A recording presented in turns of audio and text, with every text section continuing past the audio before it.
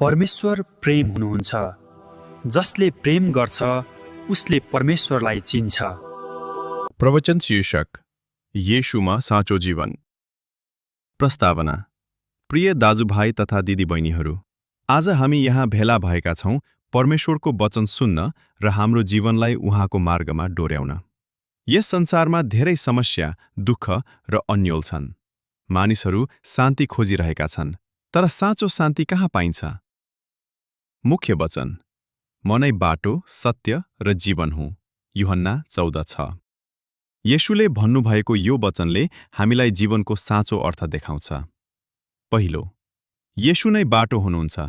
हामी जीवनमा धेरै बाटाहरू देख्छौँ, धन, नाम, शक्ति, तर ती सबै अस्थायी छन्। येशू मात्र साँचो बाटो हुनुहुन्छ। उहाँले हामीलाई परमेश्वरतर्फ लैजानुहुन्छ। यदि हामी गलत बाटोमा हिँडिरहेका छौँ भने आज फर्किन सक्ने दिन हो। 2. येशू नै सत्य हुनुहुन्छ। आजको संसारमा धेरै झुट र भ्रम छन्, तर येशू कहिल्यै बदलिनुहुन्न। उहाँको वचन सधैँ सत्य हुन्छ। उहाँले हामीलाई सही मार्ग देखाउनुहुन्छ। जब हामी सत्यमा हिँड्छौँ, हाम्रो जीवन स्थिर हुन्छ। 3. येशू नै जीवन हुनुहुन्छ। बाइबल भन्छ, हे थाकेका र बोझले दबिएका हो, मसँग आओ। मत्ती 11:28। येशूले हामीलाई नयाँ जीवन दिनुहुन्छ। उहाँमा शान्ति, आनन्द र आशा छ। जब हामी उहाँलाई स्वीकार गर्छौँ, हाम्रो जीवन परिवर्तन हुन्छ। 4.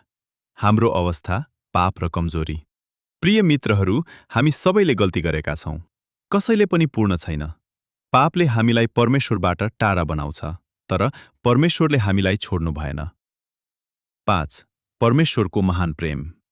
किनकि परमेश्वरले संसारलाई यस्तो प्रेम गर्नुभयो। यूहन्ना 3:16। उहाँले आफ्नो पुत्र येशूलाई हाम्रो लागि दिनुभयो।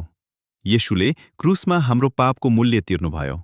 यो सबै प्रेमको कारणले हो। 6. हाम्रो प्रतिक्रिया के हुनुपर्छ? अब प्रश्न आउँछ, हामी के गर्ने? येशूमा विश्वास गर्नुहोस्। आफ्नो पाप स्वीकार गर्नुहोस्। नयाँ जीवन सुरु गर्नुहोस्।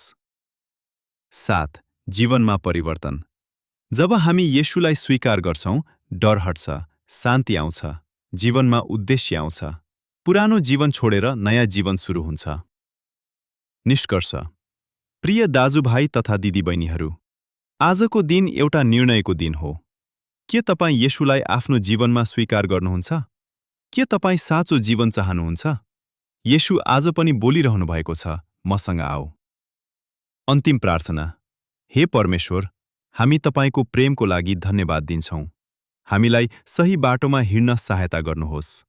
हाम्रो जीवन परिवर्तन गर्नुहोस्।